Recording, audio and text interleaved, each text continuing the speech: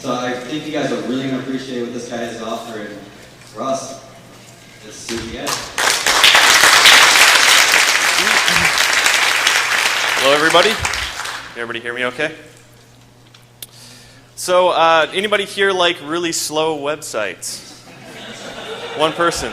Kind of a short side story. I do teach part-time web design, web development at Washtenaw Community College, and one of my first classes, I was talking about the importance of slow websites. I did have a student who stood up and said, I actually really enjoy slow websites because it's much easier to understand when things aren't changing so quickly. So there are some people out there who do really enjoy slower websites. But for the most part, I think most people are in a hurry and they like to speed up their sites, which is what we're going to be talking about today. So I'll start off, tell you a little bit about myself. I don't want to rant on too long, but just to give you some background. My name is Ross Johnson. You can follow me at 3Point Ross. I've been working on the web for probably about 12 years now professionally. And I started using WordPress probably in about 2007 for a company blog that I had started. And at some point I figured out, this would be a great platform to also build sites on. Not just as a blogging platform, but as a content management system. So I do own a company called 3.7 Design, which is located in Ann Arbor, Michigan. Go Blue. I don't know who's going to win today, but I do hope it's Michigan, so sorry all you state fans. We do web design, web strategy, which means that we'll help you build your site and design your site as well as drive traffic to it, figure out how to make it convert and that sort of thing. And we use WordPress as kind of our primary platform. I've tried a whole bunch of different CMSs from Drupal to Joomla to Silverstripe, and I always keep coming back to WordPress for I think a lot of the reasons that everybody else in here does too. It just does a lot of things well. As Anthony mentioned, I did co-found a group in Ann Arbor called WordPress Ann Arbor. We meet once a month. It's free. I encourage anybody who's in the area to come by. My friend Declan O'Neill, who's here, also helped start it. So if you see him, say hi. I blog about WordPress. This is my WordPress-focused blog, stylizedweb.com. So if you're looking for a little bit more information on how to do some cool stuff in WordPress, you might want to check that out. And through my company, we've been able to build some really cool sites. This site, we built for Michigan State University. They wanted to have a Facebook-like site for their journalism school, so we used BuddyPress and got that going, which is pretty cool. And we're currently working with the site now to create a whole catalog of naming opportunities for this church. They're moving from Buffalo, New York, down to Atlanta, and so that's pretty cool. And recently we launched a site called mayorface.com where you can rate the quality of John Mayer's face when he's playing guitar. So if you're looking to see some high-quality Mayer faces, you can go there. And like I said, I teach at Washtenaw Community College. They've got a great internet program where they teach you how to build websites the right way, worrying about user experience and design and good programming. But today we're going to be talking about speed. How do we speed up our website? And I usually like to start this kind of discussion by first talking about, is it important? I look around the room and I see a lot of people with these fancy MacBooks, and they probably, a lot of smartphones, people who probably have maybe 3G or 4G connections. We've got Wi-Fi here, and now it's actually pretty fast. Most people have broadband connections at home, so is the speed of our website still important? Do we even have to worry about this? Technology has increased and gotten much better since the days of being on a dial-up connection. So should we care? Yes. So now that we've got that covered, why don't we move on? No, I'm just kidding. I'll kind of lay some basic facts about it. So 5% of people in the US are still on dial-up, which I know is not a lot of people. But that's 1 out of 20 people. That's significant. That's something you should be considering. And it's actually greater if you look at kind of a global audience. I heard a figure that WordPress.com gets a significant amount of people on dial-up because they're the people who go to the blogs on WordPress.com are accessing it from kind of all around the world. Mobile browsing is gaining popularity, and I know, some of you might have 3G or 4G phones, but even with that said, there's a lot of people who still uses mobile browsing, and also when you're browsing on a mobile device, you're kind of in a very different mindset. Even if it's a relatively fast connection, you actually are kind of in a state where you're looking to do things even quicker.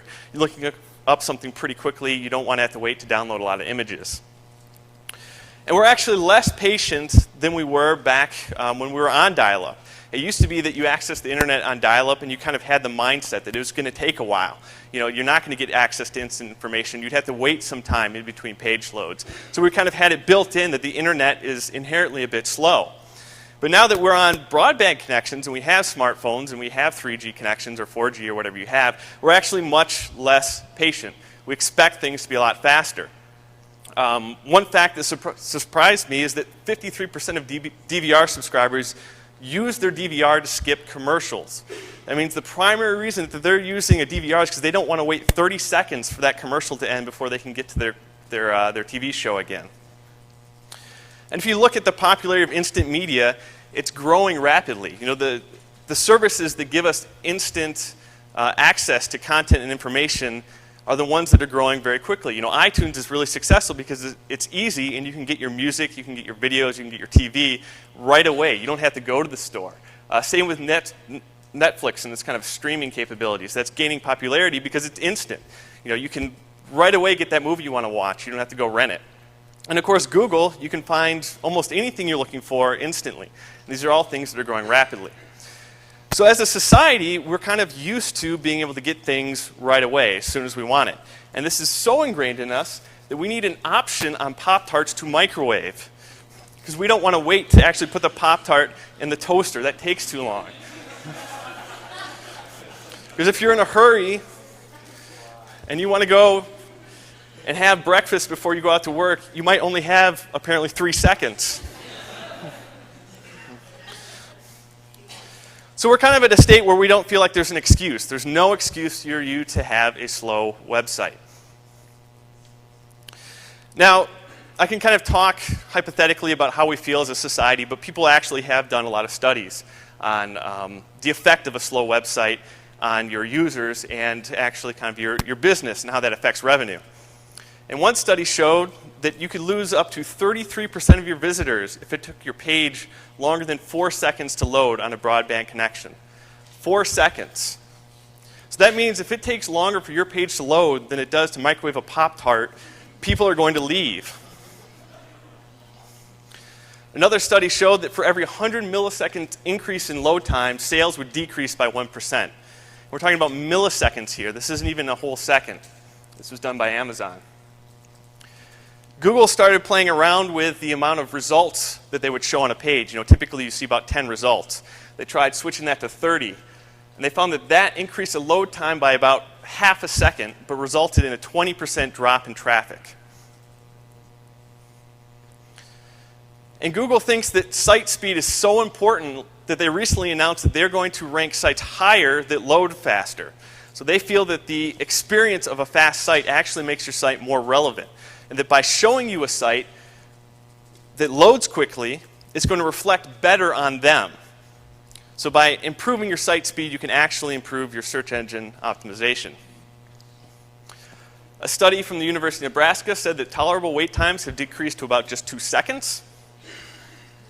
And Microsoft recently released a study that showed a 2-second delay results in a 3.8 decrease in user satisfaction and a 4.3 decrease in revenue. So they're actually able to show that a slower website costs them money. And here we can take a look at a quick study of the percentage of visitors on a site based on how long it takes for that page to load. And you can see right about 4 seconds it drops significantly. And the longer it is, the more people leave. So you really have 4 seconds, which isn't that much time, before people start leaving. They're gone. They're not on your site anymore. So hopefully that's enough to kind of convince you that this is something you should be aware of and concerned about. Just because everybody has fast connections doesn't mean that you don't have to think about it. So just building a site and throwing it up there, even if you're using a great platform like WordPress, there's more that can be done to improve the performance of your site. And that's where we can talk about adding horsepower to our websites and to WordPress. And now I'm going to break this down into kind of 3 key areas that you can improve your WordPress site. And some of this will apply to sites in general. Some of it will be a bit more techy, and some of it will apply to everybody. But the first place you might want to start thinking about is your theme. So Todd did a great job explaining how to pick out a theme, so I'm not going to go into too much depth there. But if you're picking a theme, you're using kind of one that you're either purchasing a premium one or you're finding a free one rather than creating one from scratch. It's pretty easy to take a look at two different themes and kind of see one of them might take longer to load. So this one in the top left looks pretty nice. It's got some good graphics. It's got a lot of shading, not a lot of nice colors. Looks like it has some sort of slideshow. And that might be kind of visually grabbing and attention-getting and might make your site look really sexy. But it also is probably a lot longer to load it than one in the bottom right here, which still uses solid design principles. It's got a nice grid. It's very clean. It's very legible. That's going to load much quicker. So the first thing you can do is be aware of load times when you're selecting your theme. Now, after you've selected a theme or you're creating a new theme, you can always kind of improve what's been built. Now, so for those of you who are familiar with how to modify HTML and CSS and PHP, I've got some tips for you. If you don't know how to do that, these are things you might want to keep in mind just in case at some point you think it's important to hire somebody else to do these things for you. So some basic coding tips. Most WordPress sites are not built on tables anymore. This was a technology back in the day that everybody used to structure their site. Most WordPress themes aren't built on tables, but if you find one that is, make sure to throw it away. And if you're coding in tables, please stop. If you're working with your own CSS, make sure to use CSS shorthand. So CSS is the coding language that styles how your website looks. This is how you can tweak the colors and the spacing, that sort of thing.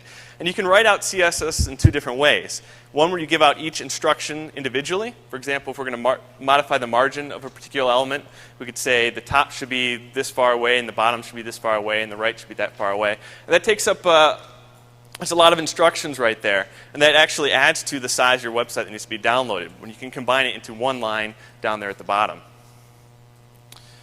If you're going to use any sort of JavaScript, so JavaScript can do some of the fancy things like those slideshows that you might see or light boxes. It can do things like the Twitter meme and the sharing buttons and that sort of thing. Make sure to put it at the bottom of your page rather than the top.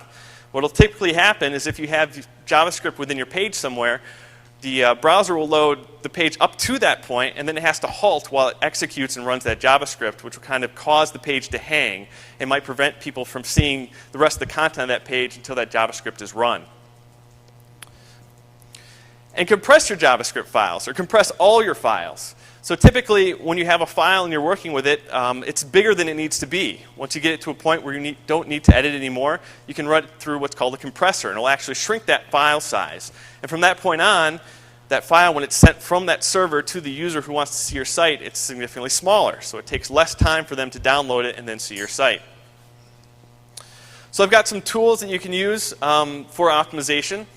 Rather than hoping that you're all going to scribble down these real quickly, I'll be posting the slides on the stylizedweb.com. I'm assuming we'll put it on the WordCamp Detroit. So you can grab these tools. But there are tools out there that will compress your JavaScript files. They'll clean up your HTML files. They'll compress your CSS files. And even compress your images. That's another big one. If you're putting images up there on your site without compressing them, they're probably bigger than they need to be. Now, the big thing that you can do that can really improve the speed of your site, especially from a theme perspective, is reduce the amount of server requests, which probably sounds fairly complicated, but it's actually pretty simple. So if you have a site here, like my company blog, for example, this site's actually made up of several different files rather than one file. So we have a graphic file that has kind of that paint image up at the top, and then I've got another graphic file that's the logo. I've got a couple graphic files for the advertisements on the side. I've got a couple other files. There's actually several different files that make up this particular site. Now, what needs to happen is, all those files are located on a particular server, and a user has to request that they want to see that page. And that server, which is essentially just another computer, is going to send each one of those files over to that computer, the user who wants to see your site. And they'll put them all together, and you'll be able to see the site. For those who are curious, that is Matrix themed. It's a great movie. But how this process actually works is when the user types in your address to visit your site, first it has to look up and say, where is this server located? How can I talk to it? Then it has to send in a message saying, server, are you there?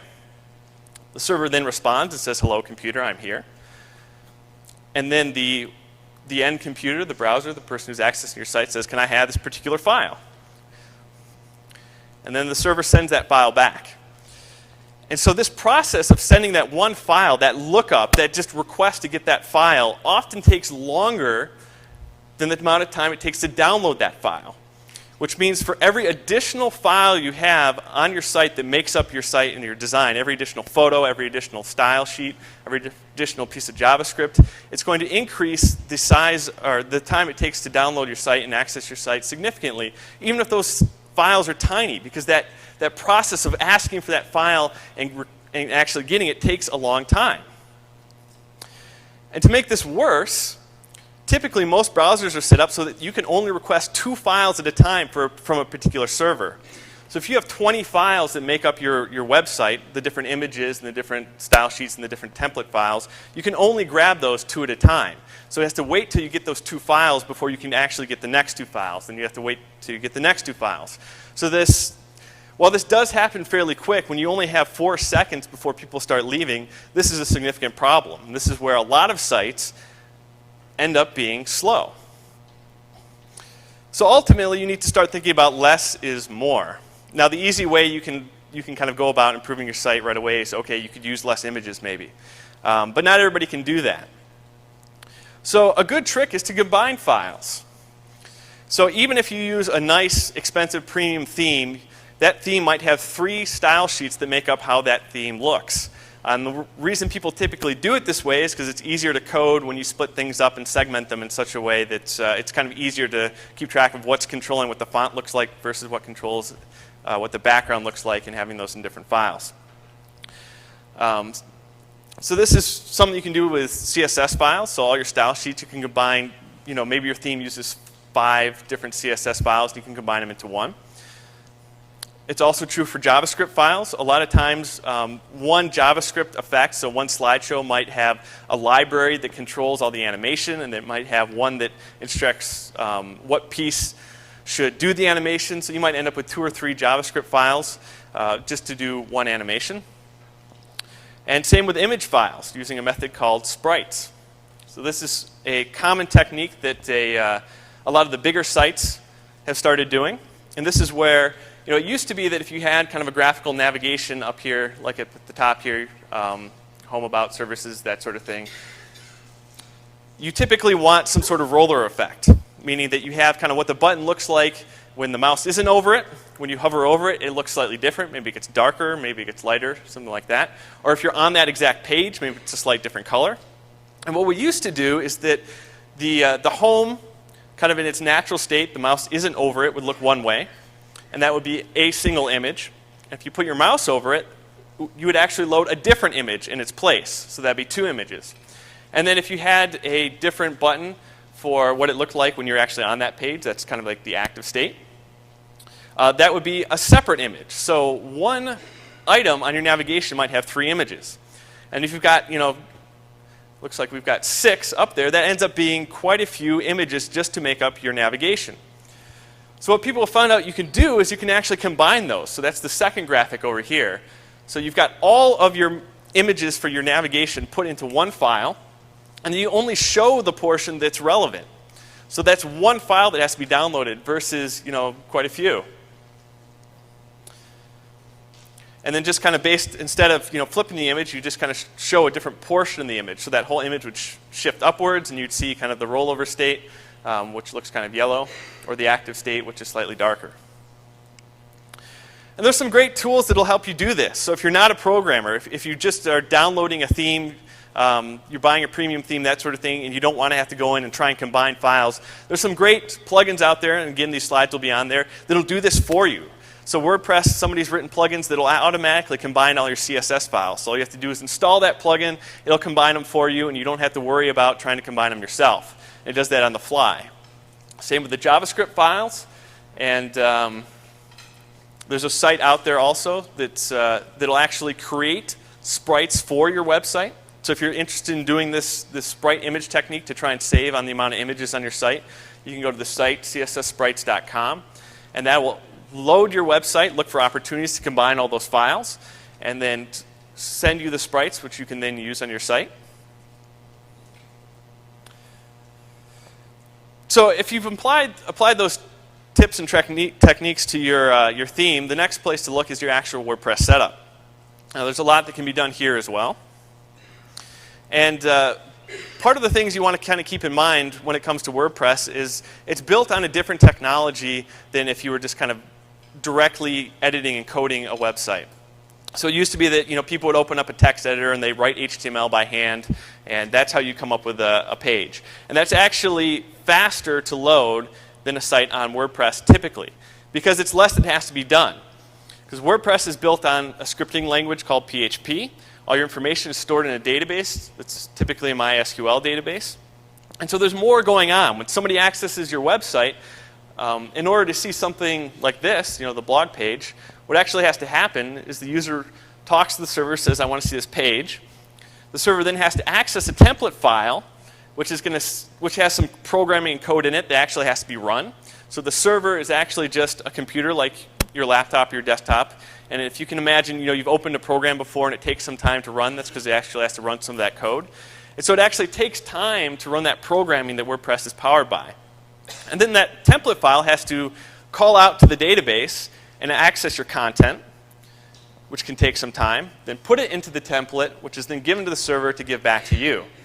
Now, this might not take a whole lot of time. We're talking about milliseconds here. But again, when you've got 4 seconds before you lose somebody's attention, this is a problem. This adds a significant amount of time. And this is only compounded when you start getting a lot of traffic. Yep, takes time. So we use a technique called caching, which is not like the cache in the picture. What this does is whenever you create a new page, rather than WordPress saying, I'm going to build this page on the fly, running that scripting, talking to that database, building that page that I can send to the user, as soon as you create a new page within WordPress, it creates a static version of that page that isn't built on the fly. It's almost like a saved, directly created HTML version, like you had used a text editor or hand-coded it. Then when somebody tries to access that page, the server gives them that saved version, and it doesn't have to do that scripting. It doesn't have to talk to that database. So that saves a significant amount of time there. It's also a great way to prevent your site from going down if you do get hit with a lot of traffic. And there's a lot of plugins for WordPress that will make this easy. These are called caching plugins. Anthony mentioned WP Super Cache, which is a great one. I've used that one with great success. Some of these are hosting specific. I know some work better for some hosts or others, so you might want to do some research on who your host is and see if there's one that's preferred or not. I know DreamHost has some trouble with WP Super Cache for any of you on DreamHost. But any of these are really good ones, and they kind of do this automatically. All you have to do is install that plugin, and it's going to automatically create those pages and send them to the user whenever it's ready. Now, the next step you can do is use what's called a content delivery network. So typically, the process of accessing a web page goes something like this. I might type in google.com, or maybe something more local. Maybe I'm going to wordcamp.com. But if I'm in South America, my connection has to go all the way from South America to Michigan and then back in order for me to get those files from that server. And kind of the greater distance you are from the server, it adds latency, so things slow down, and that page loads significantly slower. Now, additionally, you typically only have one server, one computer that's sending those files to you. So if that server gets overloaded, then it's going to slow down even more. You only have a set amount of resources before, if 100 people accessing the site at one time, it might use up all those resources, and then all of a sudden you can't get those files for your web page that you wanted to see. Now, what a content delivery network does instead is it kind of distributes your website across a whole network of servers. So rather than just having that one server that might be halfway across the world, there's a whole network of servers all around the world that can send you pieces of that website. And that as they get to your computer all at once, it tends to be quicker. It'll build that page instantly, and it'll end up being much quicker. And this is typically done in such a way that the servers are selected by how close they are to you, how quick the connection is between you and that server, and what network you're on. So if I'm in South America, even though I'm accessing WordCampDetroit.com, which is maybe hosted in Michigan, maybe it's using a content delivery network that says, oh, there's a server that's actually right next door. why don't you get the files from there? And you can start downloading the site that way, and it's much quicker. Now, additionally, the other benefit is, I talked before about how you could only download 2 files at a time from a given server. Because this is spread out over multiple servers, now you can start downloading and accessing the different pieces and files from that website at more than 2 at a time. You can maybe do 6 or 8, which will speed things up as well. Now, there's quite a few content delivery network plugins that will kind of control all this within WordPress for you. You don't have to do any programming. It's pretty easy. All you have to do is sign up for the service and put in your username and password and server settings. The one that I've used before that's worked really well is the W3 Total Cache, which is a side benefit, also does the caching stuff. So it kind of does those 2 in 1, which is nice. There is one kind of hook with content delivery networks is it's not free. You're hosting your site kind of distributed across a whole network of computers. They tend to charge, and it tends to be by usage. But there is one that does claim to be free. It's called FreeCDN. I haven't used it. So if anybody has or ends up using it, make sure to let me know how it is, because I'd love to hear what it's like. And there's a lot of good CDN networks out there. The most popular one is Amazon CloudFront. So Amazon, they've got millions of servers, and they don't use them all the time. So they figured that they could make some money by leasing those servers to other people. But the other good ones, Akami, Cachefly, Edgecast networks, these are all good CDN networks. And if this is kind of the route that you want to go, especially if you have a bigger site, it pays to do this to make sure that, regardless of how much traffic you're getting, your site doesn't go down, everything still loads quickly. Now, preventing spam. This actually can speed up your WordPress site. This is a little bit more WordPress specific, and this is something that I found out recently. So WordPress, as a popular open source platform, suffers from some spam issues. Does anybody here get spam on the WordPress blog? Everybody probably. So what ends up happening is, people write these scripts that just kind of hammer, they look for and hammer WordPress blogs and spam, trying to leave comments and trying to register for your blog and that sort of thing in the hopes that they can get, an odd link here or two. But for every time that, you've got these other servers and computers requesting to leave a comment on your website, your server has to process that. It has to take a look at that comment, and it has to evaluate it. And if you're getting hit by 3 different bots, because these aren't people, these are programs that are doing it, it can happen almost instantly over and over again. It can really slow down your website. So I was hosting a handful of WordPress blogs off of one server, and they were all getting hit hard for spam. And I noticed just the amount of resources that server was using just seemed really, really atypical. And after some research, what I found is it's just trying to deal with all the spammers coming in was causing it to use up all its memory, and it was slowing down the site significantly. So just by using some basic tactics, you can use the CAPTCHA, which I know everybody hates because nobody can read them.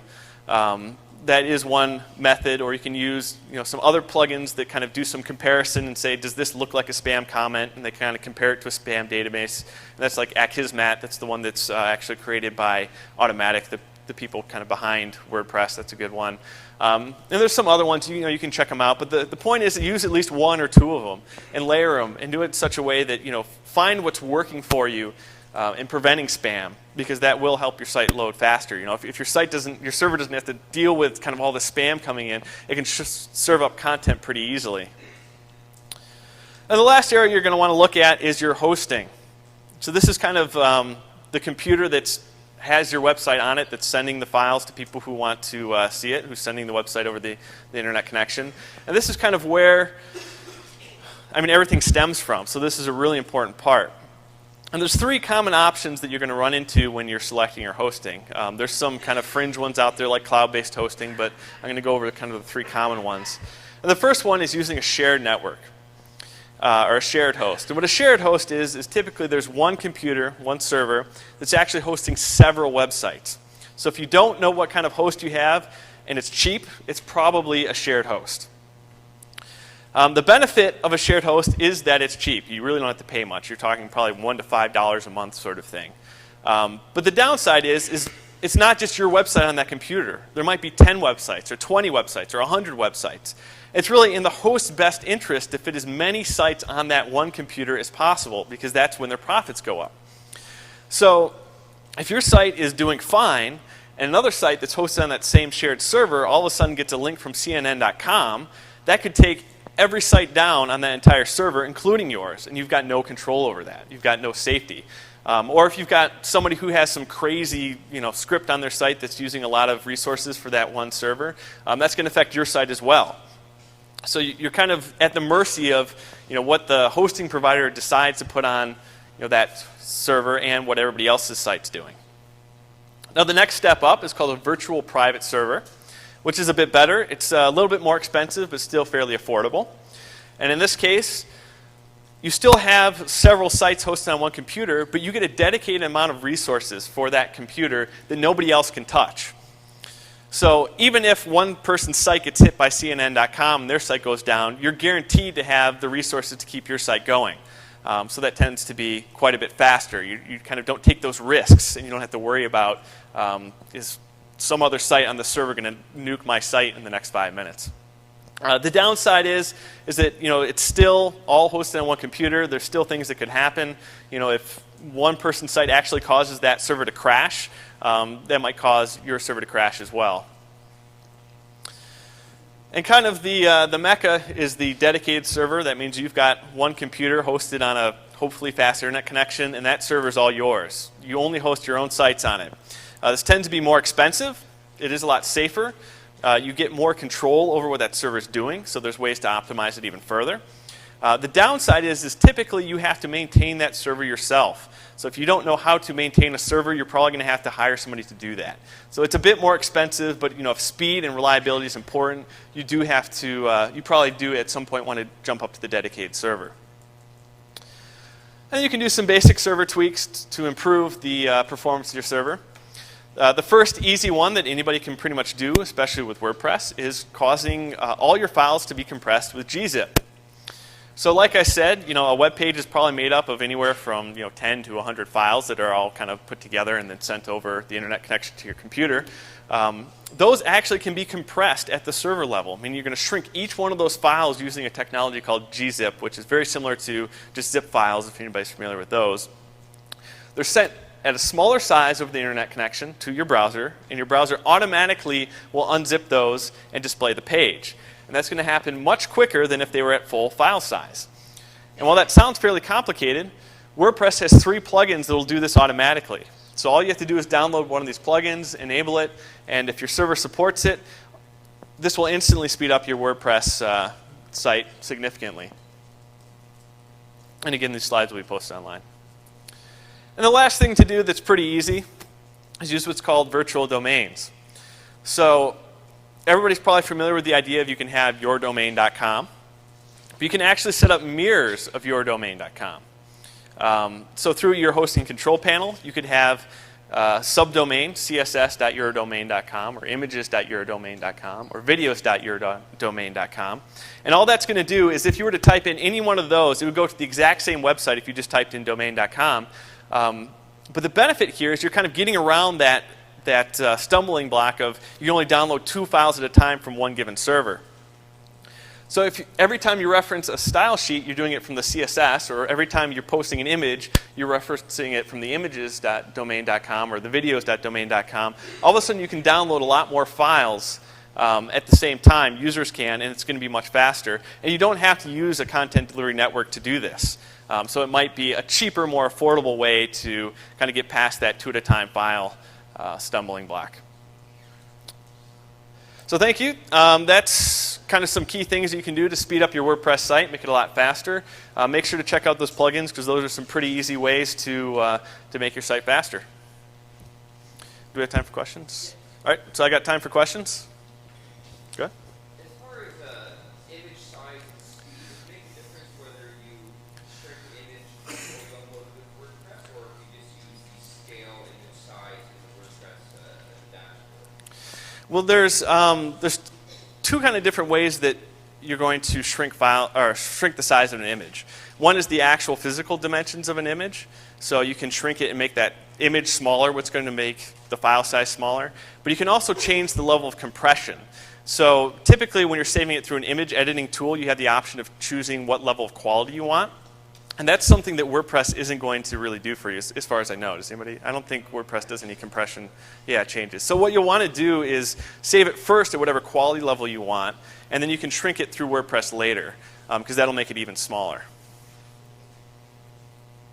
Go ahead. I've been using the WP Super Cache plugin, but websites that I get paid, I have to pay through page. I found it kind of annoying because there was a big delay on the page of the cache. The user way to fix that. Most of the caching plugins, you can choose how often it clears them out. And I mean, do you have the most recent version of WP Super Cache that you know of? I'm not sure. Okay. Yeah. You might want to look into that also, because one of the things that a good caching plugin should notice is that if you change a page, that should be a cue for it to update that cache and display kind of the most recent one. Does that help? Any other questions? Go. You had said that you should put the JavaScript on the bottom. Yep. Bottom of what? The bottom of your code. So typically, when a page is coded, the JavaScript, a lot of people will put it up at the very top. Either the reference to the script file or the JavaScript scripting itself. Instead of having it all the way up the top, you should move it down to the bottom. But WordPress is a header, an index, or a page, or a post page, Right. and a footer. Right. Does it go in the header, the middle, or the footer? Ideally, the footer, because that'd be the bottom of the page. Right. Right. Thanks. Getting virtual domains. Is there a cheap way to do that? You said that's a cheap way to get the files downloaded. Do you have to go to some site and register all these things? No, so you can create infinite amount of subdomains. So once you buy that, yourdomain.com, you can put whatever you want in front of that. So you could have, shoes.yourdomain.com or, shirts.yourdomain.com. And most web hosts will let you create those through whatever control panel. So like if you have GoDaddy, you can log into GoDaddy and you can create subdomains. And you can just type in whatever you want and you don't have to pay anything. Yep. Do you have a question? JavaScript library. WordPress has the built-in jQuery. What's your experience using that versus like something that Google provides? You want to see different? Yeah, I mean, it's my preference to use what Google provides. So by default, WordPress includes a JavaScript library called jQuery. And you can actually, instead of using the one built into WordPress, you can actually link to one that's hosted on google.com. And the benefit there is that if a lot of sites are doing this, a lot of sites are referencing that google.com version of that JavaScript library, there's a good chance they may have downloaded that file before, and rather than having to download it again, it'll just reference it on their own computer. So I prefer to reference the Google one because it is a chance that it'll improve the page load time. Go ahead. That might allow me to set a timeout for things like shipments, basically elements that are hosted elsewhere. I notice sometimes the page is hanging, waiting for a tweeting or something else, or waiting for ads. I'd like to almost be able to set a thing where that particular element hasn't responded and loaded in a certain time, just don't load. No, that's a good question. I haven't come across anything like that. Now, what I have done that seemed to have been able to help is rather than including that JavaScript for that chiclet, right in the template file, maybe in the sidebar, you can actually write like a jQuery script that will inject that HTML into the sidebar, but put that at the bottom. So you could do like a document write and put that in the sidebar. And so that's one of the last things that loads versus loading halfway through the page. But I haven't heard of anything that has like a timeout. That would be really handy. Somebody should write that. Any other questions? Nope. All right. Well, thank you.